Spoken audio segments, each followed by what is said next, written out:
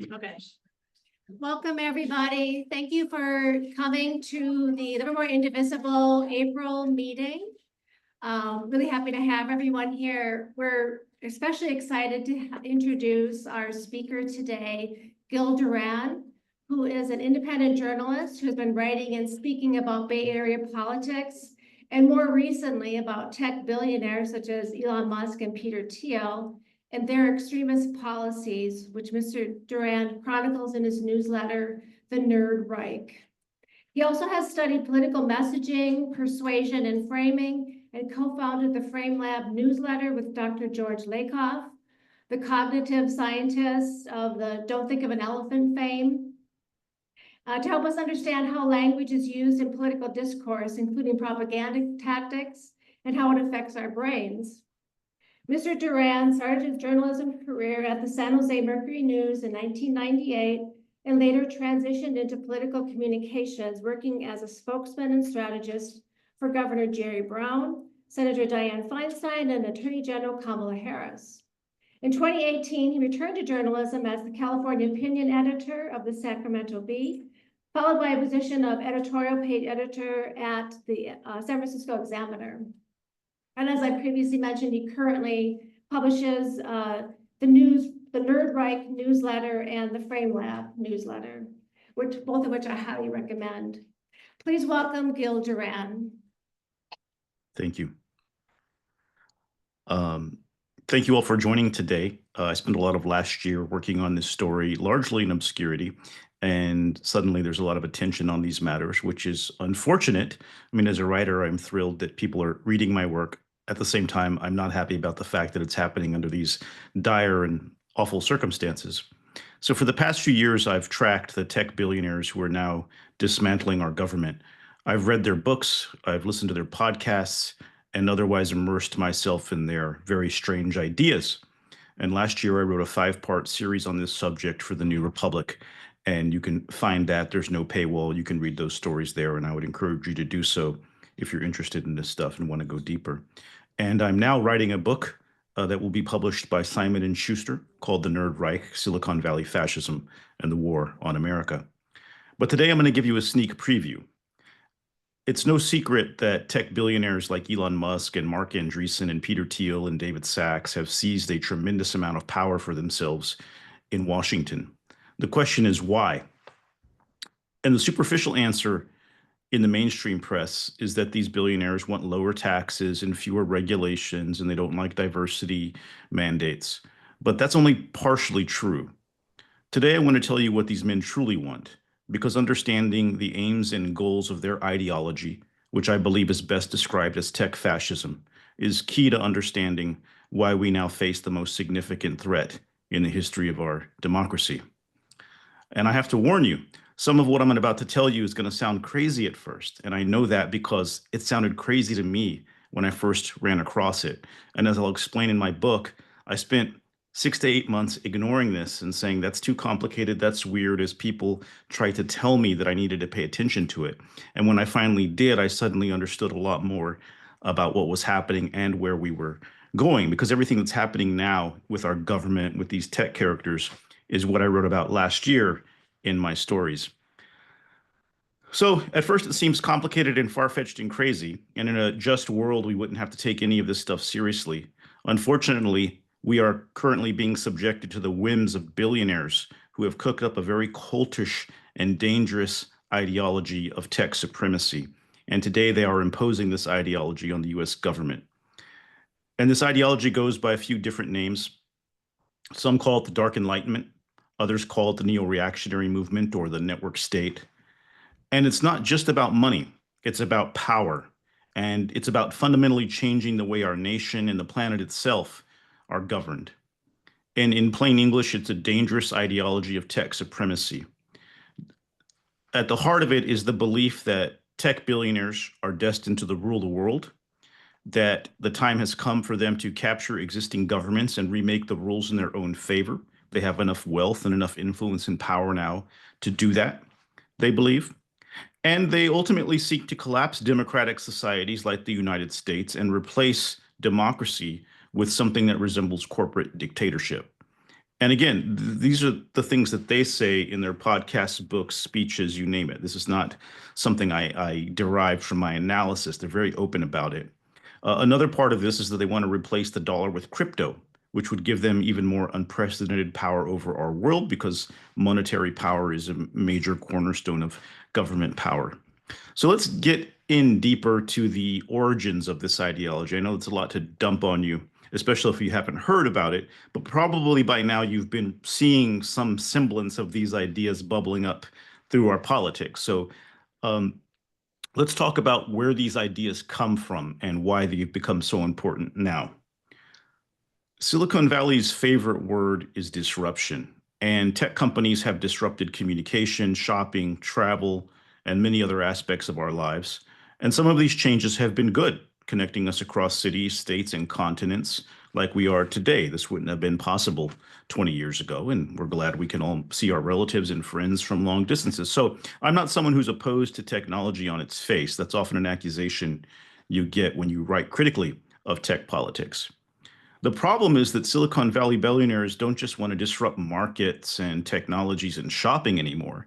They want to disrupt democracy itself. A small group of tech billionaires, people like Elon Musk, Peter Thiel, David Sachs, Joe Lonsdale, under the influence of thinkers like Curtis Yarvin, believe democracy is basically an obsolete software. And their vision is to replace democratic nations with these corporate ruled dystopias that they control. And we all know about Elon Musk. He's really good at making himself the main character of everything. And he's certainly done that in Washington, which, to be clear, last year when I was writing about all of this ideology, I did not think that in April of 2025 we would be where we are now. I thought this would be a few years out, that we had to watch out that these billionaires had designs on taking over governments. Um, and I first became aware of this in San Francisco, where a lot of these connected tech billionaires have been trying to take over San Francisco City Hall for a few years now, mostly by demonizing progressive politicians and progressive policies, polarizing the conversation to push Republican right-wing uh, political ideas, and pouring tons of money into local politics to try to create a board of supervisors and a city hall that are under essentially tech billionaire control. And so by examining that and covering that for the San Francisco Examiner, that's how I first got an inkling that there was something deeper going on in our politics. And I saw San Francisco, and this is what I wrote in my stories in the New Republic last year, as sort of a testing ground for these ideas. But like I said, I thought we were 4 to 5 years out from this, trying this on the national level. Unfortunately, due to JD Vance being placed on the ticket, this is accelerated, to use one of their favorite words, to the national level. And I'll talk more about JD Vance later because he's really the key that ties a lot of this together. So we all know about Musk, but he's not the main thinker here. He's just kind of jumping in the middle and trying to put his name on it. To understand where this ideology that's currently sees Washington comes from, you have to understand a 1997 book called The Sovereign Individual. This was a book that was written by two Oxford-educated men, William Rees-Mogg and James Dale Davidson. And The Sovereign Individual is a very apocalyptic book, and it attempted to glimpse into the 21st century and predict what would happen. And here's the main thrust of the predictions in The Sovereign Individual. First, that the information age would destroy millions and millions of jobs and completely remake the economy. A lot of the jobs that are currently done by most people would no longer exist in the future because of technology. In addition, this lack of jobs would lead to massive chaos and a rise in violence as people no longer had ways to work, to get money, to get food. And so there's going to be a big social reordering because of this collapse in the job market. Second, the rise of something called cybercurrency would allow for certain people to evade government authority with their money and to suck revenue out of existing democracy. So cybercurrency, clearly crypto is what they're talking about there. So in some ways, the book understood the degree to which information and technology were going to change our lives in the 21st century. But what's strange about the book is that it sees this as a not only a likely thing, but as a good thing. And as a part of that, nation states like the United States, like most other democratic nations in the world would begin to collapse. And in their place would rise a new kind of government structure, one run by so-called cognitive elites, or people who are able to make their fortunes and gain power through their influence in the tech world. And this all sounds pretty crazy, pretty dark, pretty apocalyptic, but the book had such a profound effect on a man named Peter Thiel that in 2020, when the book was reissued, he wrote the preface for it. You can go online, look up an ebook or a book of The Sovereign Individual from 2020, and it'll say preface by Peter Thiel. And if you really want to understand how deep and dark this stuff is, I would encourage you to go and read that book because it will give you all the proof you need of why I became so alarmed about some of these ideas, which I would say you can trace a lot of these ideas back historically to feudalism or to fascism in the 20th century. But for our purposes today, I trace them back to that 1997 book, The Sovereign Individual. And so out of The Sovereign Individual comes a new crop of thinkers in Silicon Valley, one of whom is named Curtis Yarvin. And in the early 2000s, he begins writing essays about the need to replace democracy with monarchy or dictatorship. He's writing under a pseudonym back then, Mencius Moldbug, and basically dripping this intellectual poison into the ears of the tech elite. And he becomes a favorite thinker of Peter Thiel, who's been pushing this sovereign individual idea for 10 years by then. And Curtis Yarvin becomes known basically as the father of a movement called the Dark Enlightenment. And this is a movement that says that liberal democracy has failed. It's a failed experiment. And what we need is a return to monarchy or dictatorship, that is the way the world should run. And in fact, government should be run like a corporation with a CEO king completely enabled to do whatever they want. And instead of citizens, you would have customers, basically. In fact, in 2008, I believe, he laid out a whole idea for a future San Francisco that he called Frisk Corp. So this is a corporate authoritarian San Francisco where you need permission to be a citizen. You have to apply, where you have an ID card to swipe in or out, and no one can swipe in or out without permission. So if you're visiting from, say, Oakland, you have to have permission to go into Frisk Corp and swipe in. All citizens would be under total surveillance at all times, even in the privacy of your own home. This is what would guarantee your safety and public safety, is that no one could do a crime because everybody's being constantly spied on. This is basically George Orwell's 1984 retold as some kind of good thing. And in 2022, in fact, Yarvin updated this idea and said that if Trump got reelected, he should appoint a CEO as a dictator in the government to dismantle the government and impose a mass purge of civil servants, very similar to what Elon Musk has been doing with his Dodge experiment. And it's important, Yarvin is a software programmer and for a long time was sort of an anonymous internet troll, but he becomes a favorite thinker of Peter Thiel as Peter Thiel becomes a billionaire off of a company called Palantir, which is doing what? Government surveillance, massive contracts for government surveillance, all enmeshed in the FBI, the CIA, and law enforcement now. And Thiel funds Yarvin's company, which is called Urbit, and Yarvin becomes known as Peter Thiel's house philosopher. And so even before these ideas mattered, they were sort of just these weird pockets in the internet that occasionally writers wrote about, but they seemed pretty far off and to not be any kind of threat. Well, later along comes a guy named Balaji Srinivasan, who is another Peter Thiel acolyte and friend and colleague, who was also a partner at the Andreessen Horowitz venture capital firm and was the chief technology officer for Coinbase. And in 2013, Srinivasan gave a speech at Y Combinator, which is the startup accelerator company in San Francisco that has been behind much of the effort to take over San Francisco City Hall. And in this speech in 2013, Srinivasan basically says that Silicon Valley should secede from the United States, that basically tech billionaires should take their money and their influence and their power and their technology and create their own countries or areas, go elsewhere, starve the United States of their talent and their revenue. And this speech was covered by the New York Times at the time. A young reporter named Anand Giridharadas, whose name people may recognize, he's still writing in different forms these days, And again, in 2018 or 2020, I believe, a story by Cade Metz of the New York Times covered some of these ideas, the Dark Enlightenment, Balaji Srinivasan, Curtis Jarvin, etc., and tried to shed some light on them. But in 2022, Srinivasan published a book called The Network State: How to Start a New Country. And in this book, The Network State, it laid out an advanced and sort of modernized, organized version of the ideas from the sovereign individual and from Curtis Jarvin. And the network state basically says that tech zillionaires must use their wealth and their power to either start their own countries that they can control or to take over existing governments and reform them so that they now serve tech purposes.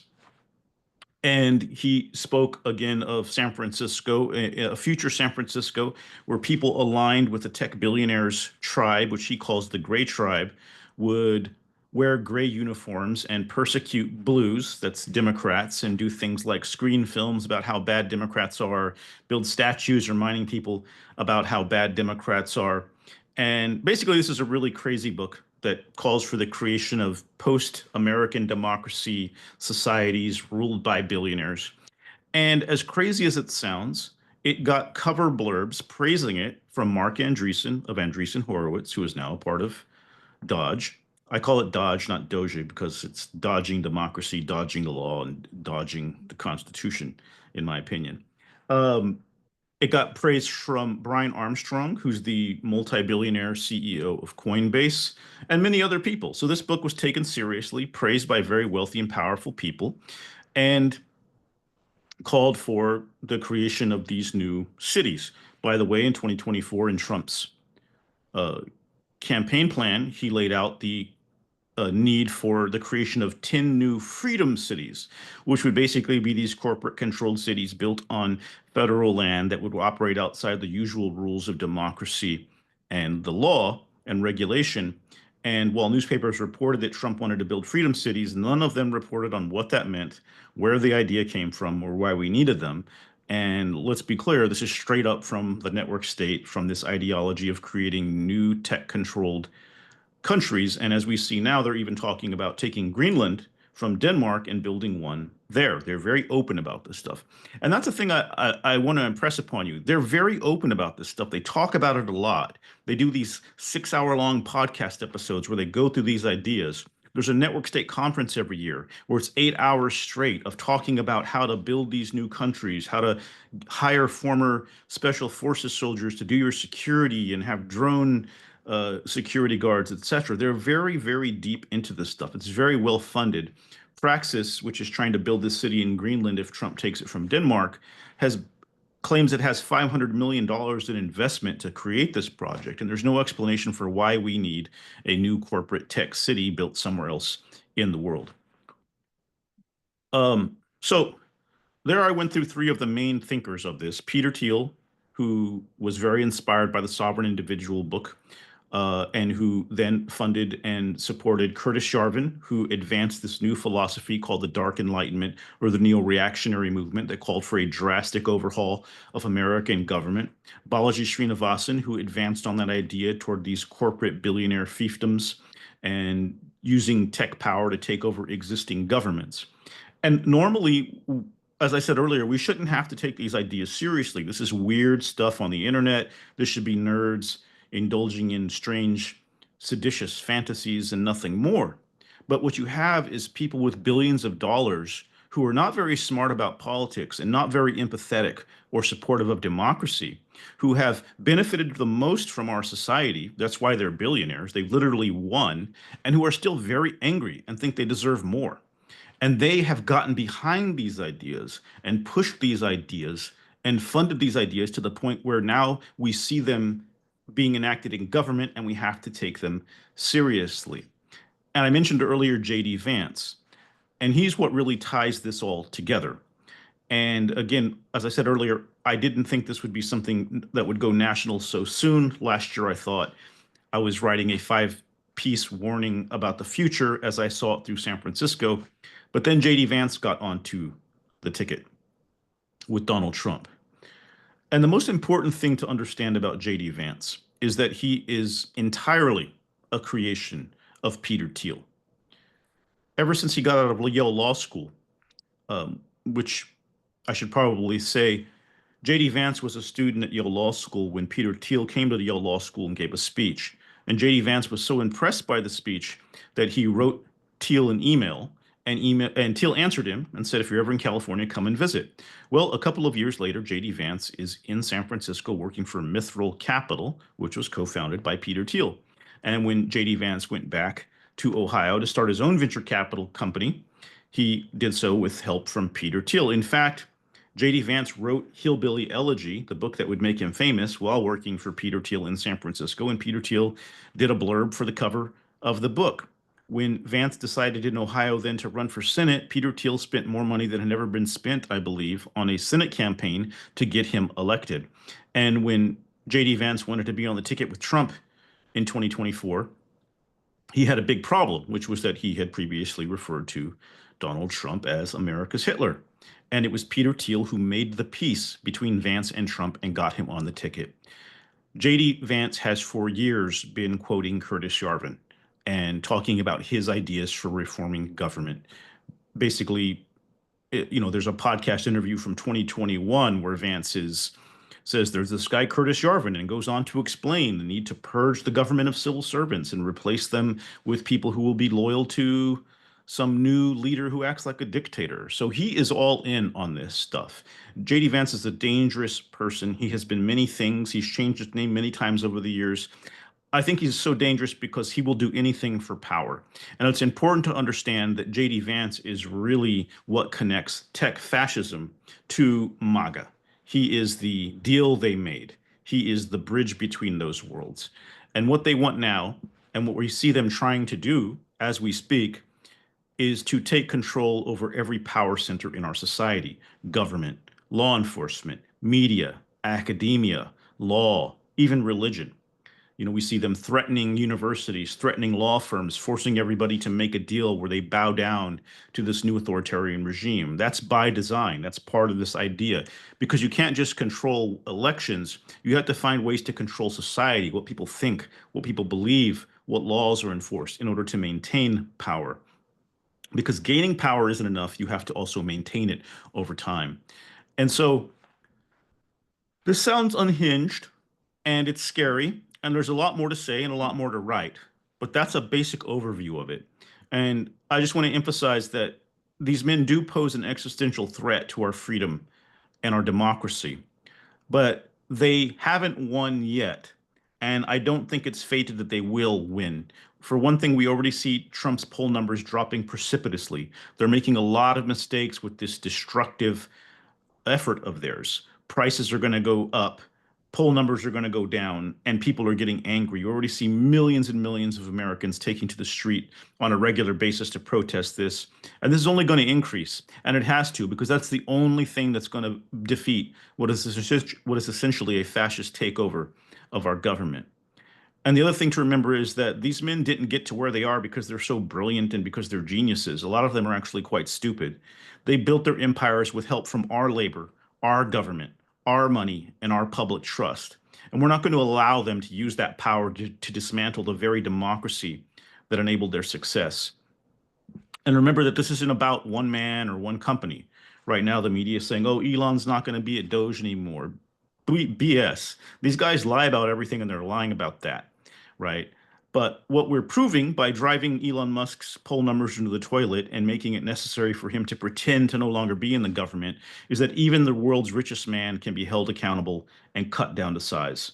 So we're in a moral movement now to defend freedom, justice, and human rights and the American way of life. And this is a mission to defend our country, our democracy, and our future from a group of people, a small group of people who are determined to destroy it. And I believe we're going to win because we're not a government of, by, and for the billionaires. We're a government of, by, and for the people. And so I would encourage you to have hope and to be strong and to be brave and to understand that if we do our part at this moment in history, we are going to win. Thanks, Gil. Totally agree.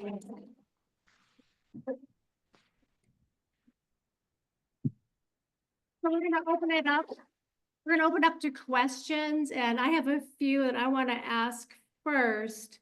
Do you think that the whole Musk Dodge destruction in the way that they're doing it was part of the plan? For example, well, they're stopping so much scientific research that was, that they benefited from with their tech companies. That was fundamental research that was later used by them to commercialize. They're stopping a lot of that, and I mean, I guess my question is, how well developed is their plan? What are they going to do in the society for making advancements in technology and that sort of thing if they're oppressing people with their own rules? Well, right now we're in phase one, I would say. Phase one is destroy, dismantle, right? Create chaos strategically. I don't think it's accidental chaos. It's they're strategically doing this. I would assume that phase two, the idea is that they want to privatize all of that research and science because that's a massive power center government has traditionally had, right? Government funded the creation of the internet. A lot of our major scientific advances have been funded by the public, either through the US government, through universities. They don't want that to continue to exist. They want that for themselves. And Balaji Srinivasan spoke back in, was it last year? And he said one of the major problems with sustaining the kind of revolution that tech needs is that government is a trillionaire. Government is the only trillionaire. Government has a massive amount of money, capital, and power. And so you have to find a way basically to redirect that spigot of money, that trillions of dollars, away from the public and into private coffers so that private entities have that power instead. So a lot of this is something they have in common with the Republican Party. Republican Party is always like, well, we want to run government like a business and that the private sector can do a better job than the public sector. Well, we're running government like a business right now, and that business is Twitter.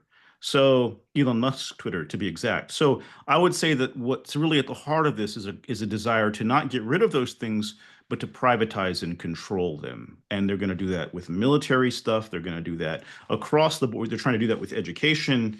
The idea is to capture all of the power centers of government, which happen to be also revenue centers, and redirect them toward their own benefit.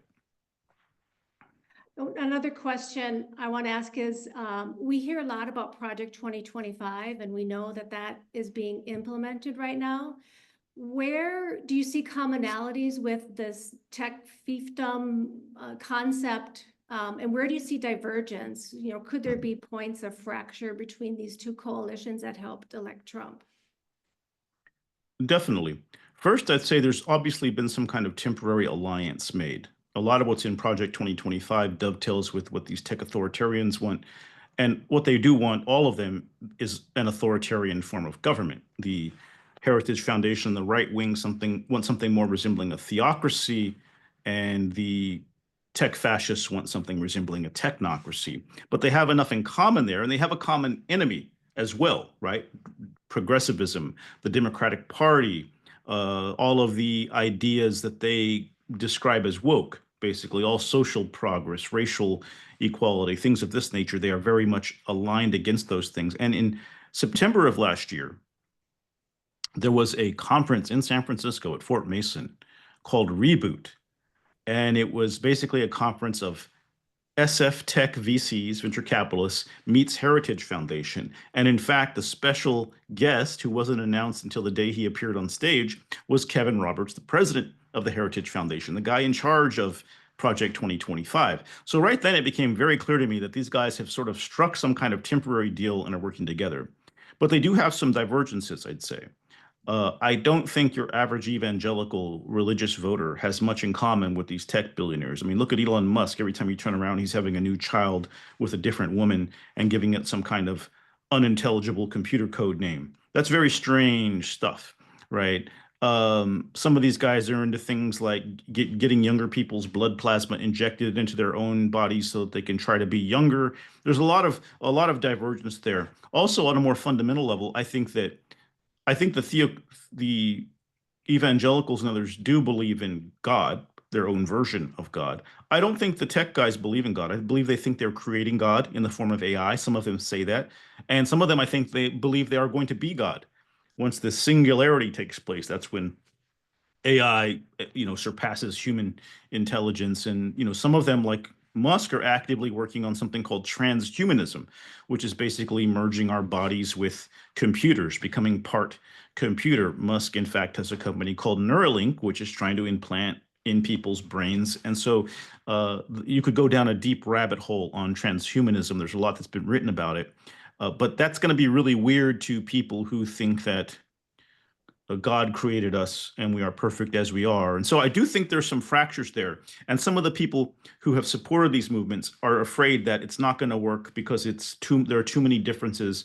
And you start to see the traditional Republicans in the Trump administration fighting with Elon over power. It's very hard, even if you have a bunch of authoritarians, to get past human personalities, which tend to find conflict and to engage in struggles and beefs. And so we're starting to see some of that fraying alliance so far, and that's a good sign. Okay. Any questions? Okay, I'm going to come to you guys for the question. We'll start right in front, and you'll be next. So I tend to agree with a lot of different groups with lots of different. Can you hear, Gil? Yeah. Okay. But how many of these people have ties to Russia like Trump does? Trump's had business dealings with Russia for a long time. I heard 20, 30 years ago, Trump Tower was like half owned by Russia. How many of them have dealings with Epstein, which would make them very easily blackmailed? I look at the situation right now and who's benefiting right now with everything being torn apart. Russia is benefiting right now, right? We're pulling out of NATO. We're abandoning all of Europe, So I think there's people who care about this on the religious side. They want it. They've got the tech sector. They want to take over certain things. But there's a hand on the scale in all these different groups and background, and I think that's Russia. Russia is pretty much involved in everything in the United States right now. That's what I'm saying. Your opinion on that? Yeah. Obviously, the Republican Party has been in deep alignment with Russia for quite some time. I'm sorry, I'm hearing my feedback in one of the mics, I think. And that's concerning. And there are, I think, multiple reasons for that. I don't tend to think that Putin has all the power here necessarily. There's this idea he has something on Trump, but what do we not know about Trump that shouldn't already be disqualifying? I think you could, have a very compromising picture of Trump doing the worst, most heinous thing imaginable, and he wouldn't lose his base. So I'm not sure that he's really susceptible to blackmail and shame as much as it is that these guys all want what Putin has, a country ruled by one man with the support of billionaires and oligarchs. And what you see, there's a book by Anne Applebaum called Autocracy, Inc. And right now, there's a global movement to replace democracy with dictatorships and autocracies. And while many of these different movements have different ideological goals, some of them are religious, some of them are pretty alienated from or more communist than capitalist. A lot of these autocrats or aspiring autocrats have begun to collaborate against democracy, sharing technology, sharing funding, sharing knowledge, sharing intelligence, because they are seeking to create an autocracy around the world and basically replace democracy as the idea of the ideal government. And so I tend to think that that is where more of the alignment exists, which is not to say that there are not other compromising or scary entanglements between Russia and these guys. But I think they have a common goal. And there may be all kinds of things adding up to that, but the common goal is to make sure that in the 21st century, democracy dies and dictatorship rises again. Thank you. Well, we'll have another question here. Yeah. Hi, thank you for coming. So we're kind of positioned so close to Silicon Valley. I was wondering if there's anything that are action items like we can do that maybe other people can't, or like how we can leverage our location to kind of fight against this? Sure. Well, there are groups around that are organizing regular protests against some of these companies in San Francisco. I'm sure you all have the Tesla takedown out in your part of the county. And I think those are very important. Any way you can find to really show up and show that there's public sentiment against these guys and their companies. You know, the Tesla takedown has been super effective. It has really pierced the public consciousness around the globe. It has sunk Tesla's fortunes tremendously, so much so that Musk has to pretend now he's going to go back to Tesla and fix it, though it's not clear how he's going to do that since he's Tesla's main problem. The only way to fix it is for Elon Musk to be completely divorced from Tesla, and that might allow it to some degree to recover, maybe by changing the name and disavowing the past or whatever. But I think that, you know, to keep an eye on people who are organizing in person, showing up to protest. I think that's very important. You know, there are studies that show that, you know, once you have a relatively small percentage, under 4% of a population in open protest and revolt against an authoritarian government, that those governments can no longer really stand.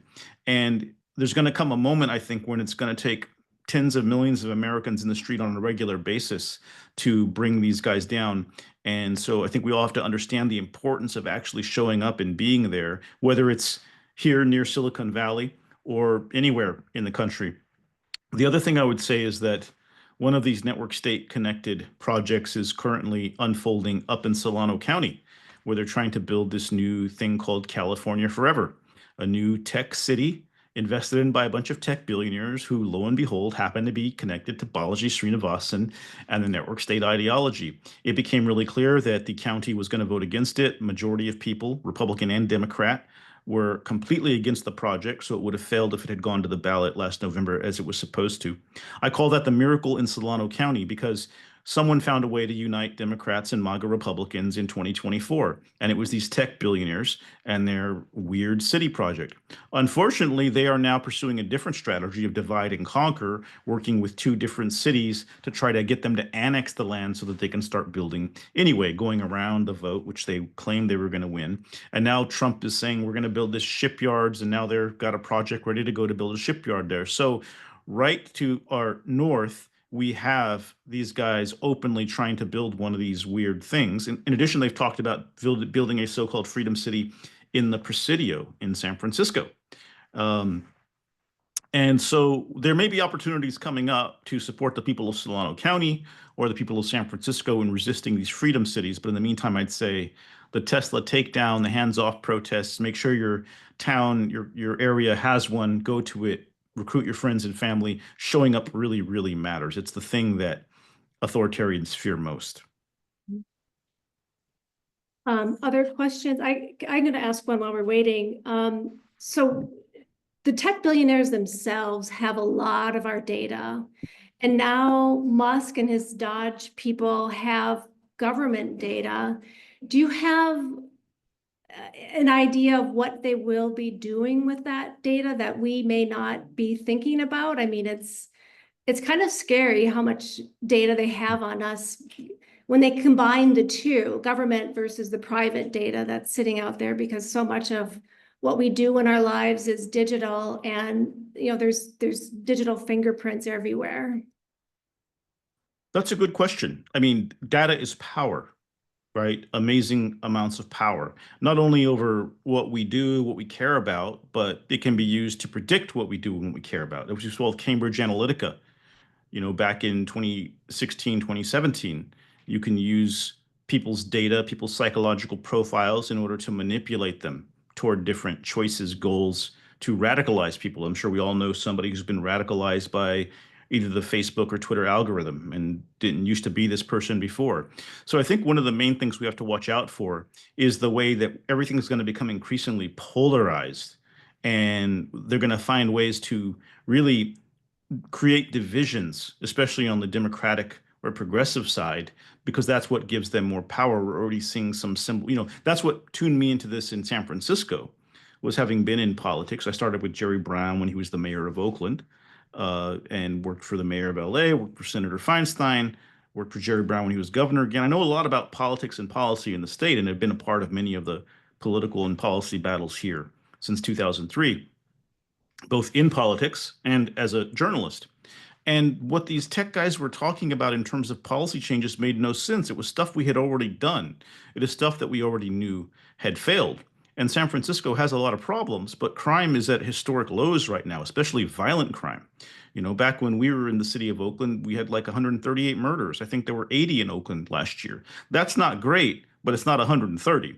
So they were able to create this sort of panic and division among Democrats in San Francisco, where now you basically have the right-wing Democrats pushing for Republican-style policies, demonizing progressives, and saying nothing bad about Trump, by the way, which is the tell that they're not really Democrats. If you have nothing bad to say about Trump, but you think Chesa Boudin's the devil, I mean, I tend to criticize everybody because I'm a journalist, and that's the fair way to do it, right? But they don't do that. So I think we've got to watch out for ways in which everything starts to change and become more polarized, and where we find ourselves arguing with people we would have agreed with a few years ago.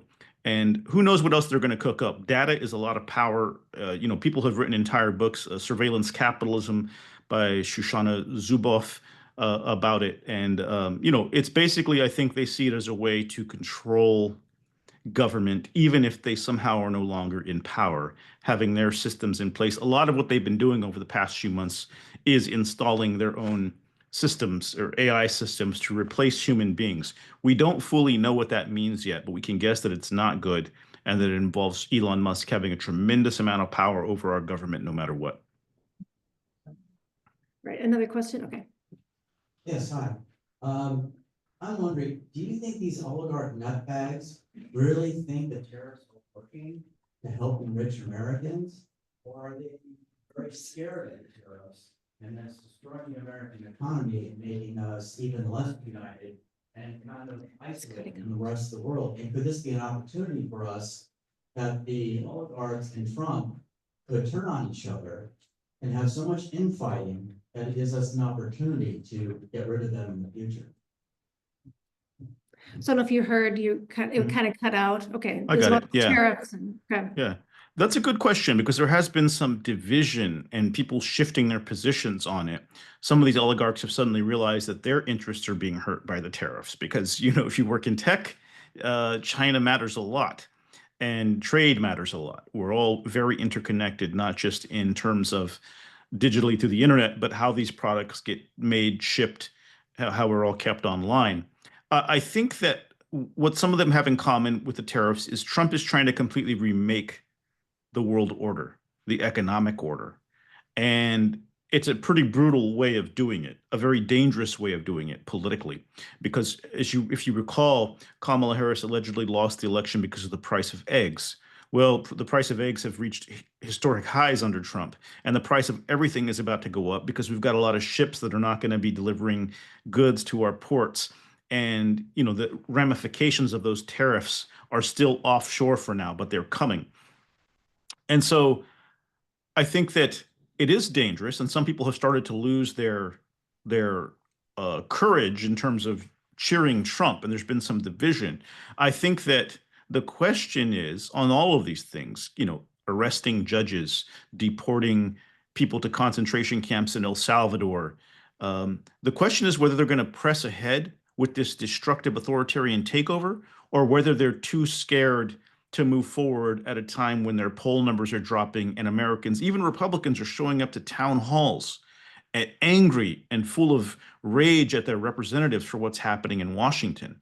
And the question is whether they press ahead with these destructive tactics that will backfire greatly if we still have a democracy in 2 years, or whether they will back off and play by the usual rules and be timid about going too far.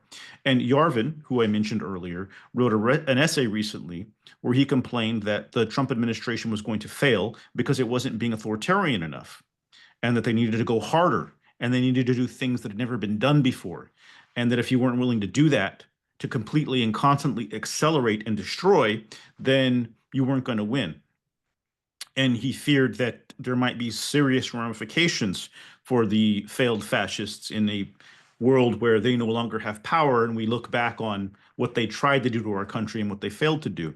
So I think there's a schism there between the people who still want to, who don't think Trump can pull it off and are scared, and those like Elon Musk who want to go all the way toward whatever destruction that they think will bring about their new order in the world. Remember, this is a very apocalyptic cult, right? They think that the world's going to change dramatically and they're going to be on top of the new order.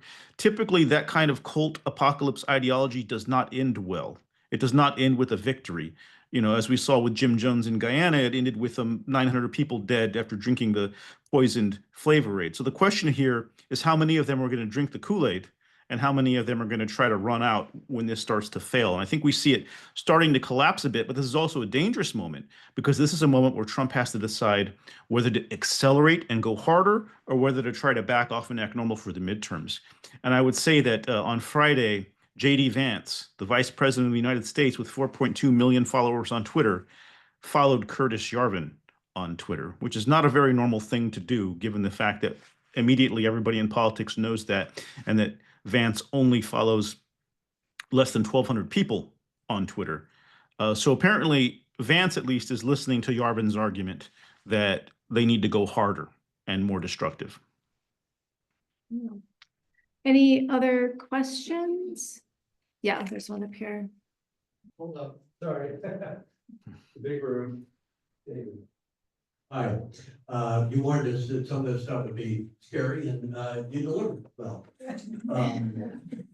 You spoke to the notion that what Putin has is what the tech billionaires want. So I'm wondering, to what extent do you think a similar thing is happening in Xi's China, or how it might happen in the future? Yeah, well, well, China kind of already has it, right? Rule, an autocracy, you know, people don't have privacy. There's not freedom of speech. So they already have it. If you notice, you know, China doesn't allow a lot of these products that we have here into their own country. You know, they know better. They know the dangers of some of these things. You know, they don't allow Twitter, for instance. So yeah, I mean, that's the idea. Balaji Srinivasan says in the future, the powers in the world are going to be China and tech, right? It'll be China versus the tech governance by the tech bros. They really see themselves as replacing all democratic governments with what they call the network state. And what the network state means is sort of these networked power centers that work together, but are not all controlled by one person except in their local areas.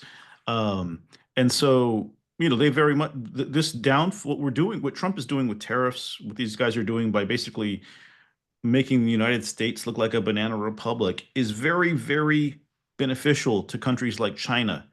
You know, pulling out on USAID it now allows China to go into these countries and make sure that Chinese propaganda and that the China's way of life is what is shared with people in countries that are still developing their ideas of what government should be. You know, obviously Trump's actions are tremendously helpful. He's trying to give Putin a victory in Ukraine somehow. So I think that, you know, China already has it. China's already a bulwark against democracy.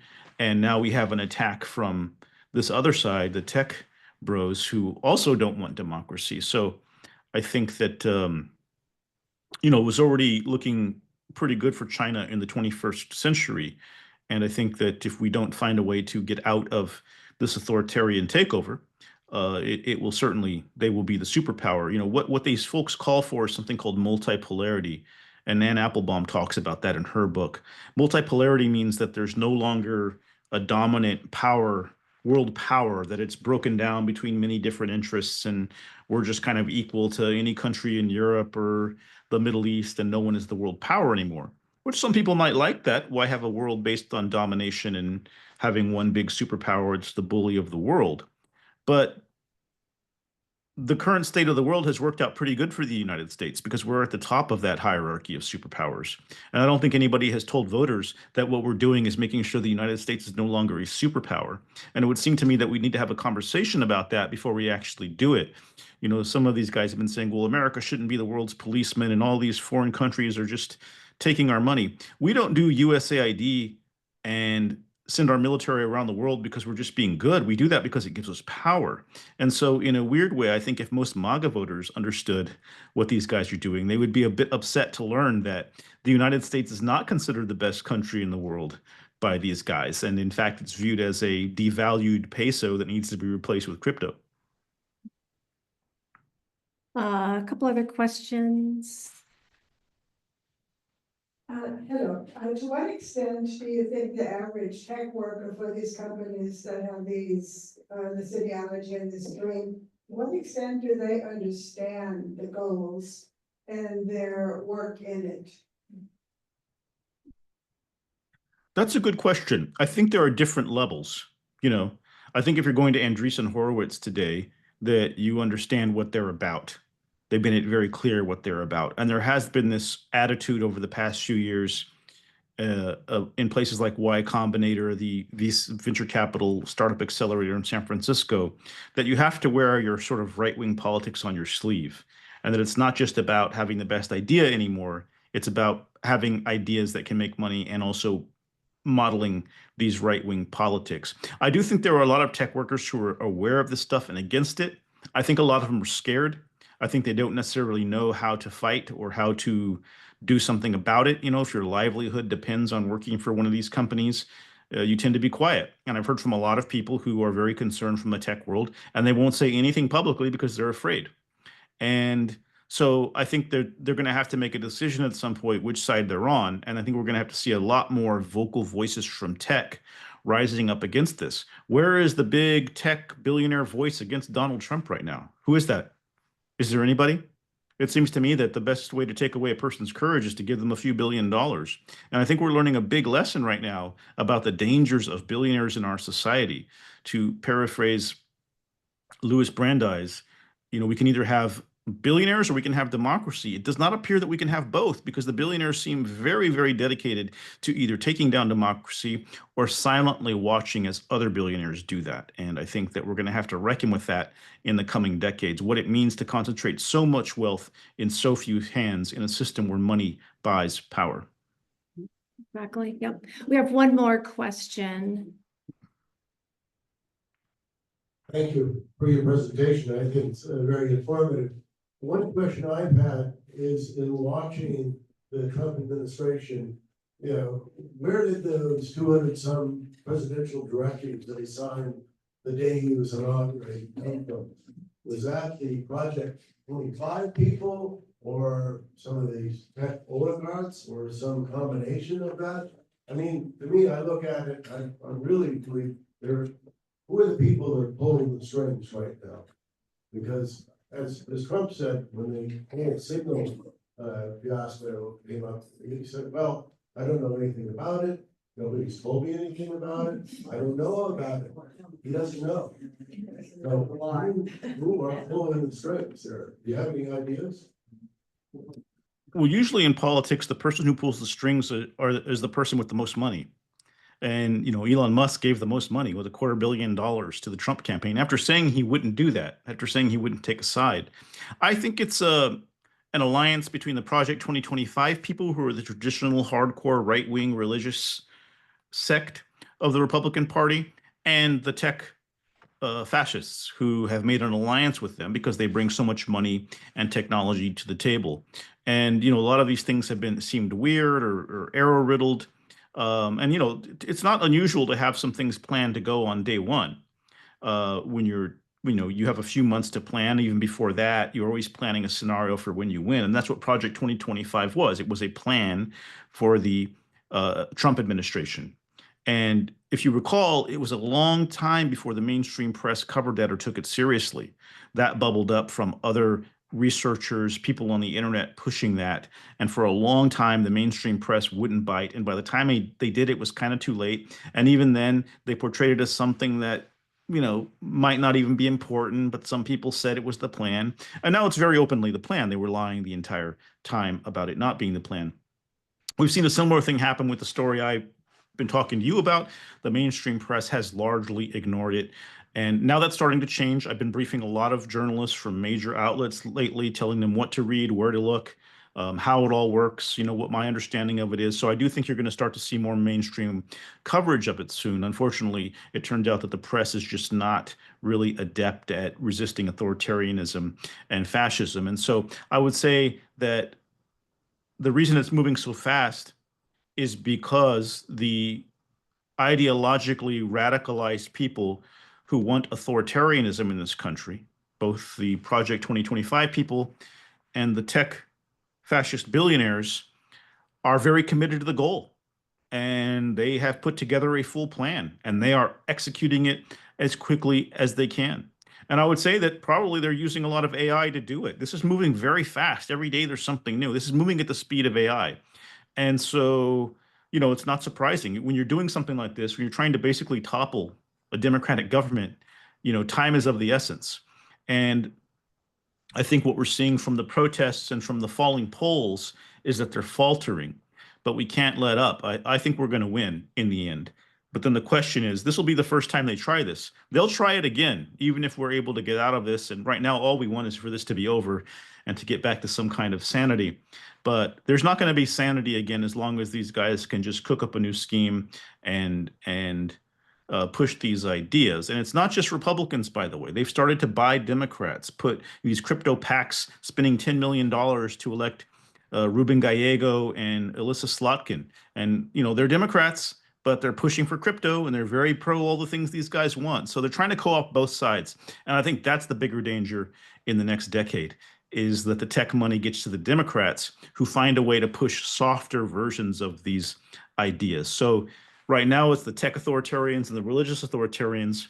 In the future, it'll be the crypto Democrats who are also strangely singing from the same songbook. So thank you so much. I'm at the nerdreich.com. If you want to read more, it's totally free to subscribe. And please look out for my book next year, The Nerd Reich, Silicon Valley Fascism and the War on America.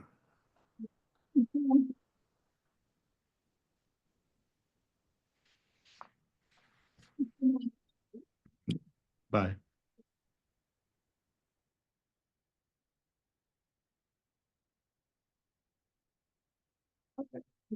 So do I, are you? Yeah. Gil Duran, Gil, first name, Duran, Duran is his last name. And his newsletter is called the Nerd, N-E-R-D, Reich, R-E-I-C-H. You can find it, just Google it and you'll find it. He also does He's been following this for a long time. You can tell just by the way he talks. Oh, yeah. What we Yeah. have to realize is what we can do as a community Yeah, and how can we be stronger than them. right. That's what we have to do. That's right. That's right. And this information needs to get out there. As he was saying, the press is not covering this as much. They're starting to, but he's kind of been the only one that's really been on this topic. And part of it was because he's been covering California and Silicon Valley politics for so long. He understood the players and what was going on and what they were trying to do in San Francisco, as he said a few years ago. And with the Sonoma County project and all of that. So he started getting into it. So he was kind of well positioned to research and really be on top of this. So I highly recommend his Nerd Reich newsletter, podcast. He also does the Framelab newsletter that I talked about earlier that kind of gets into some of the messaging and those kinds of things. So it's really interesting. We just have to realize that we're the fifth largest economy. Fourth now, actually. We have to consider that. That gives us a tremendous amount of power. Yeah, if we use it properly. Hang on to that Yeah. power and try to do as much as we can. Yeah. Yeah, Linda. Yeah. I have to tell you that my grandson, who's 26, I lived in Solano County for 17 years. I just moved back here a few years ago. Oh, I moved back here a few years ago from Solano County, which is a very divided since our island went under. And but my grandson, who's 26 now, he worked for California Forever. And I was so encouraged because he was going door to door and they were signing the ballots and they're gonna do this. They put a big medical center in, I forget what little town up there. But they've also put like solar panels on Travis Air Force Base to help them. So I really thought it was a great thing. Because it's gonna be, it's gonna be all electric cars and, everything's gonna be green. And, this is blowing my mind. Because I thought it was, they were finally, Vallejo had gone bankrupt when I lived up there. So I thought this is great, but it's happening. And so I have to talk to him. Yeah. Yeah, Marilyn. A question about this paper that I found my seat. That's actually Linda again, the economic. Totally go along with the boycott for Amazon, Walmart, Target, McDonald's. But the July 4th Independence Day boycott, limit spending to independent businesses, why do we want to do that? I mean, that's how, our family has gotten along without Amazon, without Walmart, without Target. No, I don't know. You're the opposite. You're just. They don't want you to Go to fancy restaurants. It also limits family, so.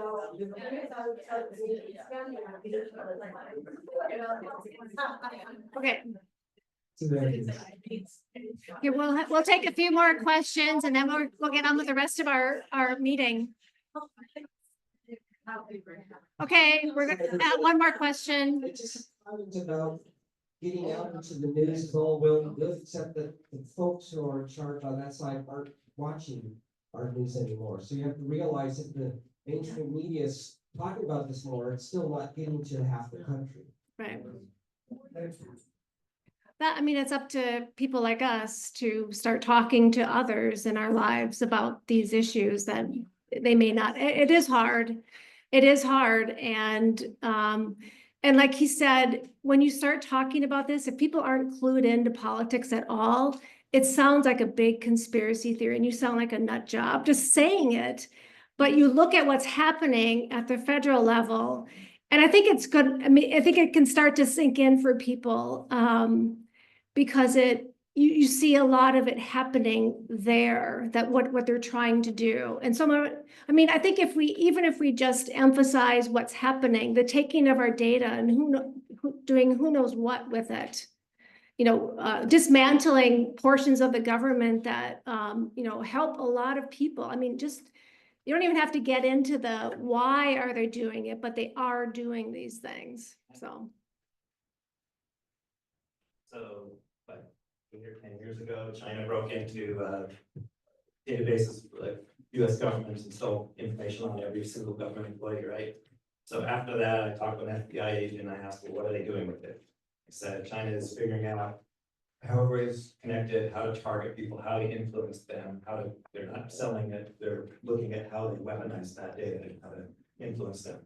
So today, we have Elon Musk taking all of our data, right? And where's that data going? Yeah. Great question. But you notice that he made a comment about people being radicalized online. I've been listening to the FBI and going to talks. And I made a comment in front of a bunch of FBI agents that I see this as modern day warfare, that this is how great power is war today, by influencing and tearing apart the government. And I said, we're at war with Russia. And one agent stepped out, next agent stepped in, says, we are not at war with Russia, but Russia is at war with us. And he also said, you cannot name an institution in the United States today that Russia does not have their hand inside of. They're influencing right now, right? So just per se, maybe Musk has some Russian influences. Trump certainly does.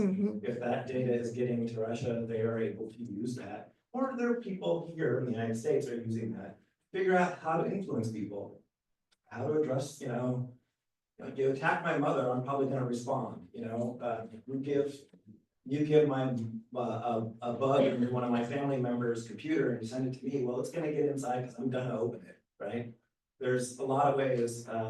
You attack people's banks. You put their retirement on the line. They're going to respond. It is a way to tear people down, right?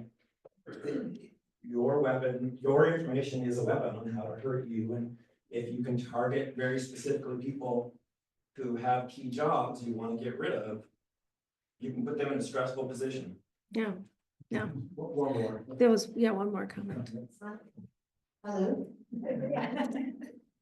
Can you hear me now? No, I was just gonna make a comment about information and trying to turn other people on to what's really going on. And I cannot emphasize the Midas Touch network enough. If there are people here who do not go to Midas Touch network, I would strongly recommend it, because not only do they provide stories about what's going on, but they, bring receipts. So they will show the crazy rantings from Trump on Truth Social. They watch it so we don't have to. So I really, really strongly recommend anyone here who isn't on it, check it out. They do a lot of great videos. It's on YouTube. But it's MEID, right? Yeah, it's MEIDAS touch.com. I believe they have their site, but And then it goes.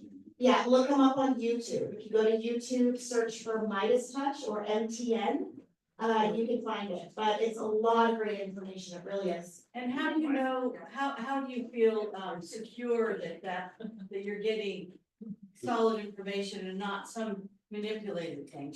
I'm not saying you wouldn't do it, I'm just making sure. No, of course, and that's why there's a lot of validity to that network, because they will report on the news and they will show clips of Trump and other people in the regime who are actually saying these things. And they will take shots of what they're posting on Twitter. I won't call it X, sorry. But what they're posting on Twitter, what they're posting on Truth Social, they bring the receipts, is what they say. They do provide information about it. I think it's good to get information from a lot of different sources. And independent journalists like Gil and others provide a different perspective than others. Midas Touch is one. I find them too hyperbolic for me sometimes. So I don't, I think it depends, but so I just think it's good to get a variety, because then you get different perspectives. And so that's my opinion on that.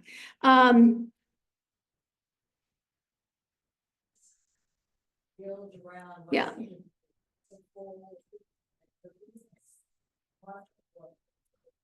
And KQD.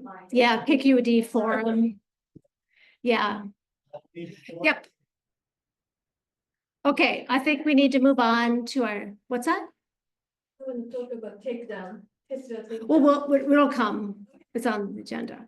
Okay, so this is our regular portion of our meeting. We're going to talk a little bit about the banned words that someone had distributed one of our meetings, and others wanted to see it. So we're going to provide that. Talk about upcoming events, safety training, safety volunteer training, team updates, and then the t-shirts. So this is the partial list of federal government banned words. These are the words that the Trump administration has banned from official federal policy, I guess. And it's very extensive and just arbitrary in some ways. In other ways, it's very specific in that and we'll send this out in an email, a link to it so you can see all of the words. I know those in the back probably can't see it, but it includes words like clean energy, community, female, belonging, women, disabilities. I mean, it's just terrible. Yeah, exactly. What's that? How was the order banning these issues? I don't know do you guys know the origin of it? It was my understanding it was an executive order to each of the separate government divisions. So Department of Defense, all these words have to be taken out of every military command structure. I think it All was in the tied to pretense of the DEI. executive order saying remove anything related to DEI. DEI, and then yeah. probably about to sign up. Yeah, probably related to that. So, History. okay, we wanted to move on. Thank everyone for those of you who attended our April 19th event. It was hundreds of people. Somebody estimated 800 people. I don't know if that's true, but it was certainly well into 500 plus. Really great signs, really great enthusiasm, peaceful. We really appreciate everyone's participation in that. And if you weren't able to join us, we have upcoming events. We have our next rally, which is next Saturday, May 3rd. It's our May Day Strong rally at the Livermore Plaza. Please sign up through Mobilize. It's in the email I sent out for this meeting, but I'll also send out another email with a way to sign up. But if you search on Mobilize or May Day Strong, it's in there. It's nice to have people sign up so that we kind of know how many people to expect, but if you can't sign up but can come, just come. Because we need everyone to participate. As Gil said, really the only way we're going to defeat the fascists is being, banding together and using our voice to say, no, this is not what we want. Yeah, did you have a question? Yeah, I had a question on May 7th. Where is that gonna be at? The whole meeting? So May 7th, the next item on the list is a virtual town hall meeting with with Senator Jerry McNerney. It's through his office, so you'd have to sign up through his website, I imagine. So State Senator Jerry McNerney. And we don't have the information about it yet. Be coming tomorrow, so you receive the link and all the details. Okay. It's virtual, so it's through Zoom or some other thing like that.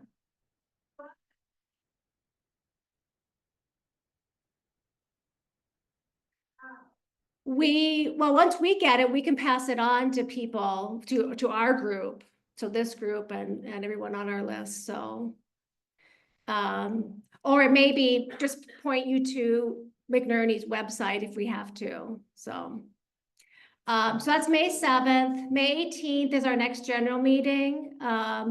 We're still working out the details and speakers. We don't know if it's even going to be, it actually won't be here because we couldn't get the room. So it may be by Zoom or some other way. So we're still working that out. But in June, more events. June 14th, Livermore Indivisible, as we've done in the past, we'll be walking in the rodeo parade.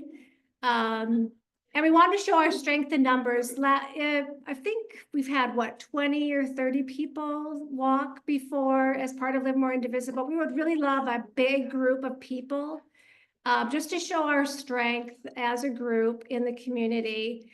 And it is Flag Day, so we're going to have flags and little flag stickers to hand out to kids, which they love to get.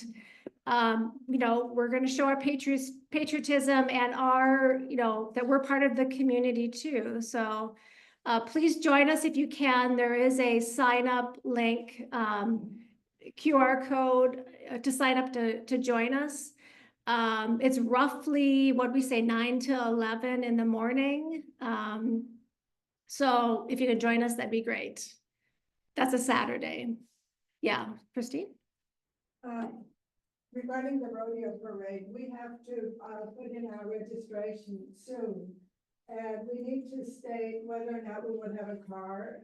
We currently do not have a car. But it would be fun to decorate one. If anybody knows, if anybody has a convertible or has a sort of a vintage car or something that would. Or electric pickup. But not a Tesla. I have my ride pickup and it's got towing power, so I can get a tow thing behind it. So we can do that if you guys want. Yeah. I was born and raised here in this community. So I've been here since 1947. My parents have been here since 1912. So we've been here a long time. So that's an immigrant family. Afterwards, let's talk about it. Okay. So, and Yeah. we, want to see about kids. Yeah, great, you can ask. The other thing, is if you would like to join us and you have grandkids, that can rock. That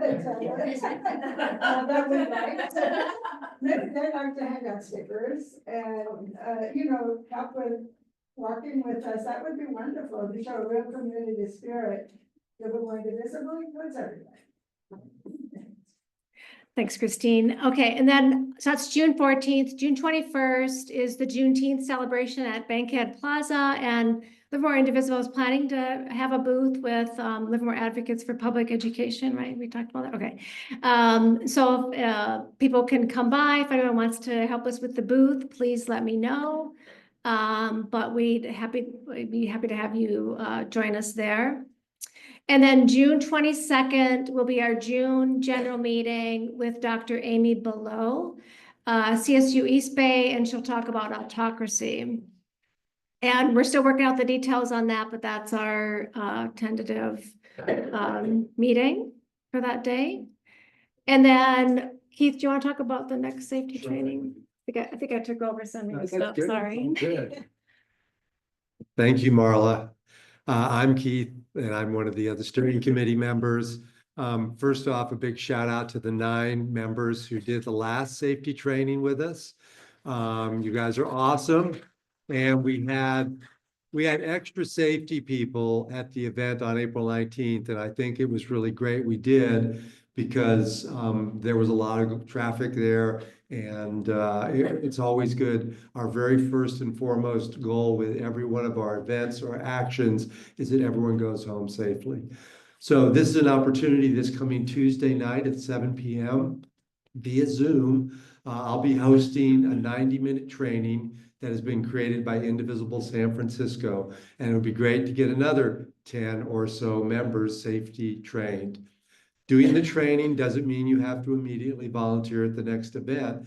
It just means you're joining the pool of our members who are available to call on when we want to do an event or need to do an event. So please consider doing this. There's a link there. And again, we'll be sending out follow-up notes from this event in the next 48 hours or so. The link will be there to sign up for the Zoom. Keeping it moving. Team updates. Okay, I forgot to tell you, Chris. Oh. Can we do all the announcements from you and Lape sort of at the end on the last slide, please, Kyoko? Yeah, well, I just want to make sure we get through these points on our agenda. So, Christine, should I give you the other mic? Is that? Or I could yell.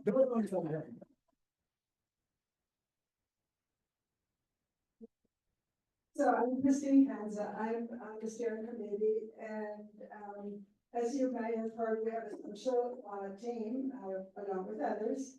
And our main function is to welcome our attendees at meetings, new members, and our part of our group perform their function today.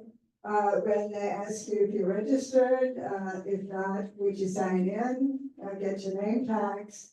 And we will be thinking about other things that we might want to do. And if you are interested in helping out with those kinds of functions, not just at meetings, but possibly at other events, possibly at a rally, helping staff a poster making table, we would really appreciate it. I will be at the back of the room if you're not already a member and are interested in helping with that kind of thing. We'd appreciate it. Thank you.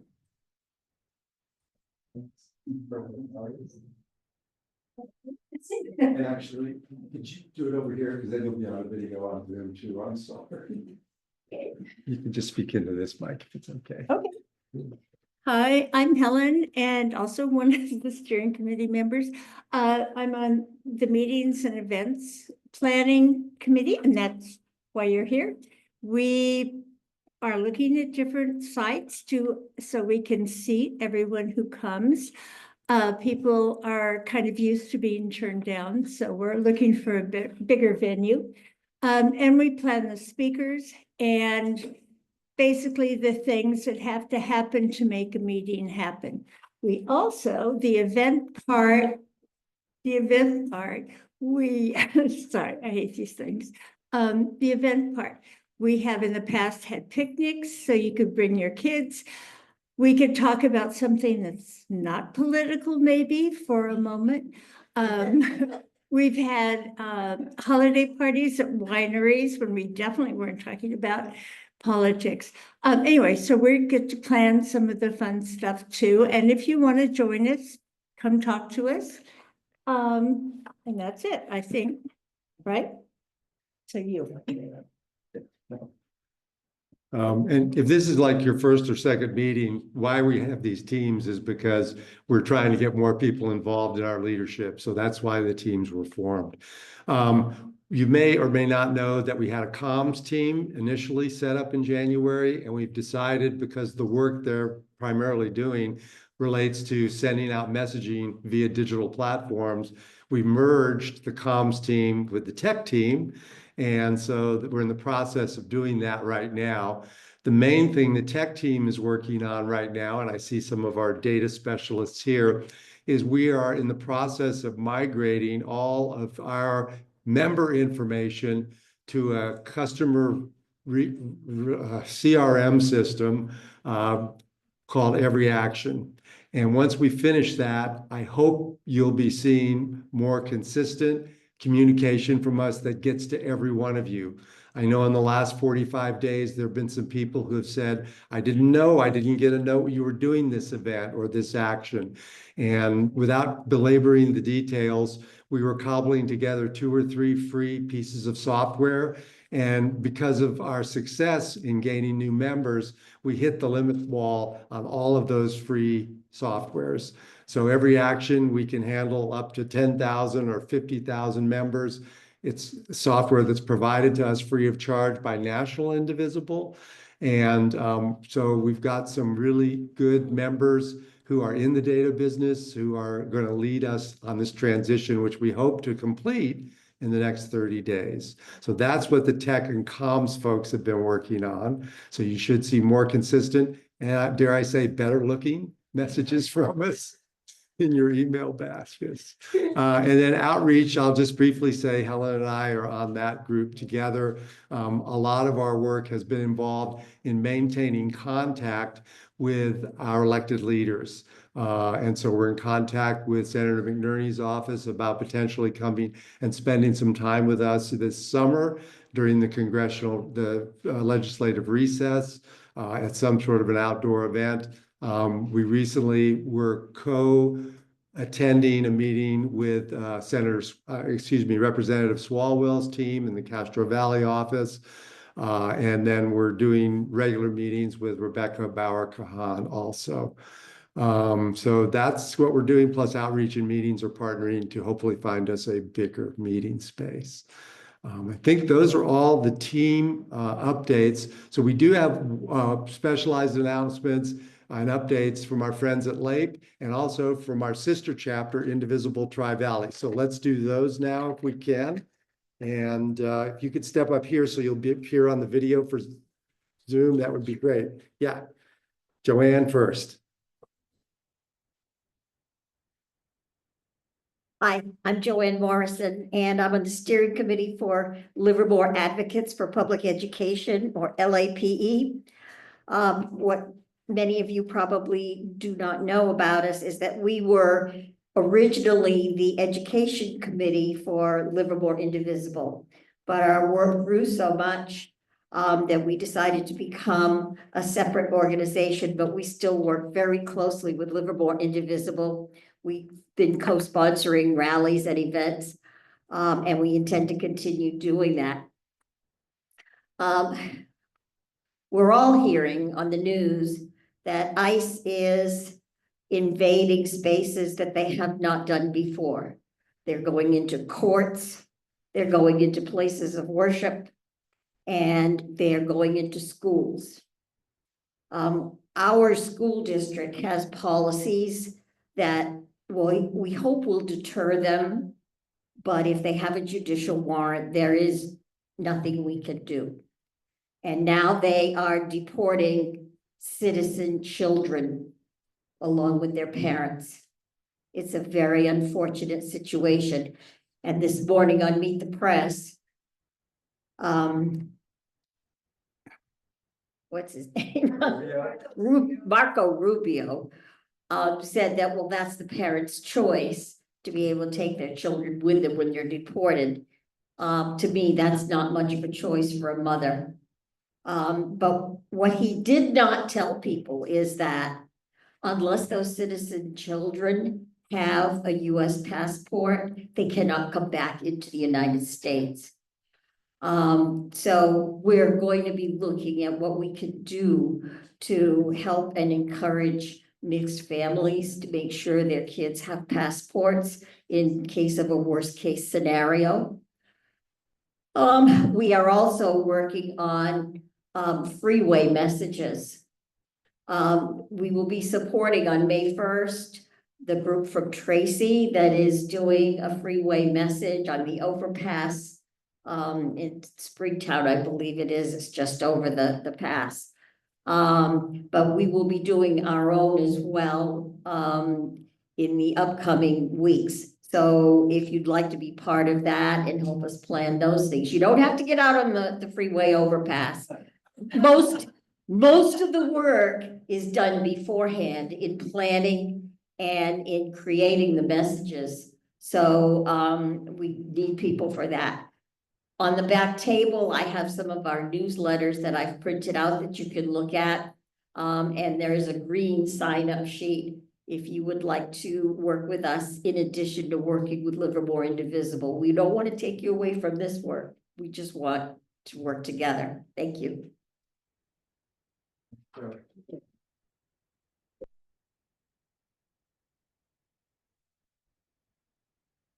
Hi, my name is Kyoko Takayama. I'm serving steering committee here and also working with Keith about technology and communication. I also started with Ward Kanowski, the Indivisible Tri-Valley, which covers rest of the Tri-Valley cities. So Pleasanton, Dublin, San Ramon, Danville. We are actually focusing those areas because Livermore has a really great grasp of working with school board. And we have been dealing with like a Pleasanton School Board and Dublin School Board, different issues, but popping up, and we need to get people out and change the conversation. So that's why we started those groups, the group. We are doing Tesla takeover protest every Saturday. Up till now, we have been doing noon to 1:30. But we are in negotiating the different groups. So Eden Area Indivisible and Tribal Democratic Club are also working with us on this one. And we would like to officially invite Livermore Indivisible to join and working on these events because it's a lot to do every single week. We need more safety persons. And we would love to have somebody who can lead chants and stuff. More information, more idea is welcome, right? So that's one thing. You can find it on actually only Indivisible Tribal Mobilize. Unfortunately, the new group has some glitches. So we just started to post on the Tesla Takedown website as well. So for the rally, we are doing May 1st, May Day rally on May 1st in Pleasanton.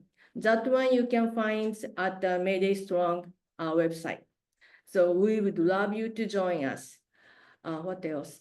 And our monthly meeting is May 10th at 2 o'clock, right after the Tesla protest. And we invited the Gandhi team. So they actually teaches non-violent protest or the actions. So it's not just the peacekeepers, but every single one of us need to learn how to de-escalate, because if we engage in wrong way, that opens up the opportunity for Trump to shut us down. And we do not want to give that opportunity. That means we come to the event ready to go and calm. So you do not engage anybody who is challenging you. Because these people are coming not to engage constructive conversation. They are coming to harm our movement. Unfortunately, we actually had the Fresno MAGA podcaster to Dublin Tesla protest. So we have actually experienced how they do stuff. And that's not really a normal thing we have ever encountered before. So we need to be prepared. We are the many, and we don't need to afraid of those things as long as we are prepared to do what we need to do. So please join us. Thank you. Did you say professional? Yeah. They're paid counter protesters. No, he's a podcaster. So he films everything and he narrates in his way. So it doesn't matter what you say, he says, this is blah, blah, blah, on their tongue. And he actually has a podcast, he gets money. Is that who was at North Livermore and Portola at that time? There was one guy there that walked through and videoed everybody. He walked Yeah, through. it was not the same guy. Different guy. Yeah, because he was friendly, but he just, No, but he was videoing every single person. Everybody is very friendly at the beginning. Yeah. So if somebody is videoing, do not talk to them. That's number one. Unless you know that person, or unless they can show you the trespass. And actually, before you come to the one of the safety people and let us know, because we need to check. Did anybody talk to him at that event? And know who it was? No, I talked to the other two who were taking pictures. One was a photographer and one was Independent. independent. They were okay. I didn't see them stuff or I would have. Yeah, and I got told by people that were there that he was primarily taking all the safety people. Like he was concentrating on the safety people faces. But when I saw him walking away from him, he was getting everybody. He had a video camera and he just person to person to person. Well, yeah, So- fine. If you see someone like that, look, this is the person who's in charge. I was Yeah. holding a Livermore Indivisible big sign. And I just said hello to him. He was nice. He was friendly with people before him. I didn't have any conversation with him, but he just kind of kept going. He just kept walking through the crowd and kept getting everybody. Yeah, that's a red flag. Yeah. Yeah. So please report the safety-based people. Yeah. Okay. Yeah. Thank you. Okay, just one more announcement. Their Livermore Indivisible t-shirts, they're in the back. If you already ordered one, you can pick them up there. If you want to get one, we have extras. We're asking for a donation of $20. They're similar to our old version, but on the back, there's a QR code. Venmo and cash donations preferred. So thank you, especially if you're interested in walking in the rodeo parade, if you all wear our t-shirts, that'd be great. Thanks for coming. I guess we have one more announcement. If you have postcards, you have until May 30th, is that right? To mail them out. So please start doing that. And so I look forward to you all next Saturday, May 3rd at our rally at Livermore Plaza at noon. Again, sign up. We'll send out a link in an email, follow-up email after this meeting. Thanks, everyone. Have a good rest of your day.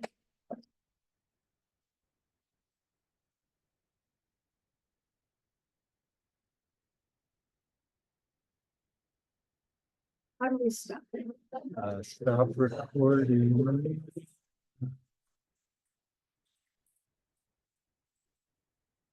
You gotta go to that intro. And then Zoom.